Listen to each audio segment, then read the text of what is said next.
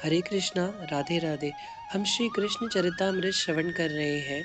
आज का प्रसंग है कोई नींद खरीदोरी गोपी प्रेम।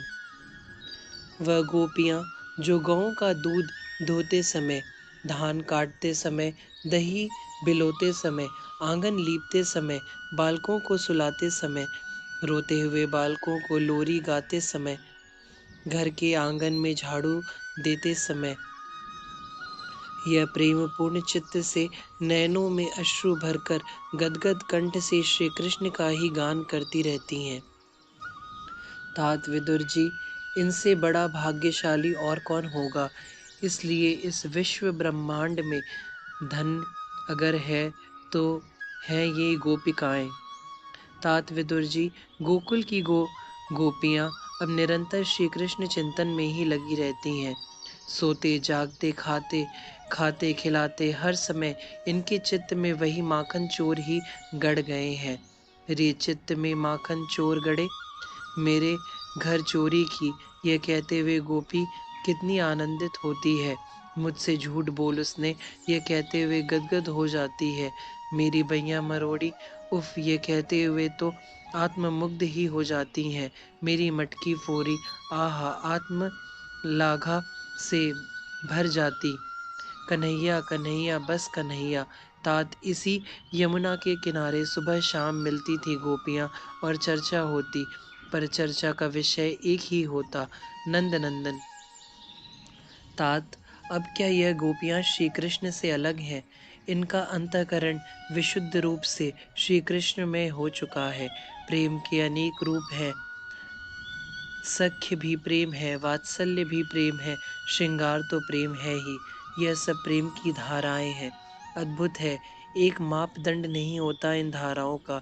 यह किस तरह किस ओर बहेंगी आप कह नहीं सकते तात। ज्ञान का एक मापदंड है, योग का एक मापदंड है, पर प्रेम का एक मापदंड हो ही नहीं सकता। रोना प्रेम, हंसना प्रेम, मनोहार करना प्रेम, गाली देना प्रेम, स्वीकार करना प्रेम, स्वीकार करना प्रेम, सोना प्रेम, जागना प्रेम। उफ, ज्ञान पर बोला जा सकता है, योग और अच्छा बोला जा सकता है, पर प्रेम पर कैसे बोले तात। और फिर इन ब्रज गुजरी का प्रेम, यह तो सर्वोत्तम है। इस प्रेम के लिए तो ब्रह्मा तक तरसते हैं। भगवान शंकर इन्हीं का भेष बनाकर ब्रज में गोपी बन जाते हैं। इनकी तुलना किससे तात। उद्धव कुछ देर शांत रहे, फिर ब्रज की लीलाओं को सुनाने लगे। बावरी हो गई हैं ये क्या, यह गोपी सुबह से ही चिल्लाए जा रही है और गोकुल की गलियों में पुकार मचा रही है, कोई नींद खरीदो, मेरी कोई नींद खरीदो। गोकुल के लोग उसे देखते हैं, पहले तो सोचते हैं कोई वस्तु बेच रही होगी, फिर जब ध्यान से सुनते हैं तब हंस पड़ते हैं। नींद खरीदो, पर वह गोपी गंभीर है और गंभीरता में ही पुकार लगा रही है, कोई नींद खरीदो। वह बराबर नंद महल में भी जाती है, नंद महल के चक्कर लगाती है और वहीं पुकार, कोई नींद खरीदो। गोकुल के लोग अपने अपने घरों से बाहर आ गए थे उस विचित्र गोपी को सुनने के लिए। यह गोपी उन्हीं की थी, गोकुल की ही थी, परिचित ग्वालों की पत्नी थी, पर जानते थे, पर सबको विचित्र लग रहा था कि इसे हो क्या गया है। सुन सखी, अपनी नींद मुझे दे दे। यह दूसरी बावरी आ गई थी और उसने इस गोपी को नींद मांग ली थी। पर तू बेचना क्यों चाहती है, क्यों तुझे नींद प्रिय नहीं है। हंसते हुए उस नींद बेचने वाली से पूछ लिया था। वो तो बैठ गई, सिर पकड़ लिया, नेत्रों से अश्रु बहने लगे। बता तो, क्यों बेच रही है अपनी नींद, फिर पूछा। तब उस गोपी ने अपने हृदय के भाव खोले। सखी, मैं क्या बताऊं, मैंने कन्हैया को एक दिन देखा, उसकी सुंदरता, उसकी चपलता, उसकी मोहनी मुस्कान, वैसे तो मैंने उसकी बातें खूब सुनी थी। घर घर उसकी ही तो बातें हैं, पर सुनने में और देखने में अंतर होता ही है। उस दिन मैंने उसे देख लिया, वो माखन चुराकर गोपी के घर से निकल रहा था।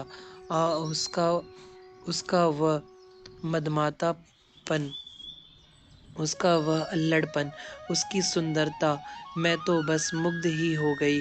कुछ देर के लिए जड़वत हो गई, मुझे कुछ सुध ना रही अपनी।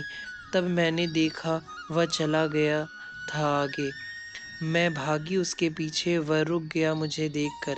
मेरी सांसें फूल रही थी भागते भागते, और जब उसके पास गई तब और सांस चढ़ने लगी। मैंने झट से उसका हाथ पकड़ लिया, वह मुस्कुराते ही रहा। मैंने उस बाल गोपाल को चूम लिया, इधर उधर देखकर। वह फिर भी मुस्कुराते रहा। उफ, उसकी वह मुस्कुराहट! मैंने उसके आगे हाथ जोड़ते हुए कहा, मेरे घर आओ ना। वह कुछ नहीं बोला। मैंने फिर विनती करते हुए कहा, आओ ना लाला, कल मेरे घर आओ ना। ठीक है, कल रात्रि को आऊँगा, मेरी प्रतीक्षा करना। वो पीताम्बरी बरधारी यह कहते हुए भाग गया और दूर जाकर रुककर फिर बोला, सोना नहीं, प्रतीक्षा करना, अवश्य आऊँगा। वह गोपी अपनी बात बता रही है। फिर आगे क्या हुआ? दूसरी गोपी ने पूछा।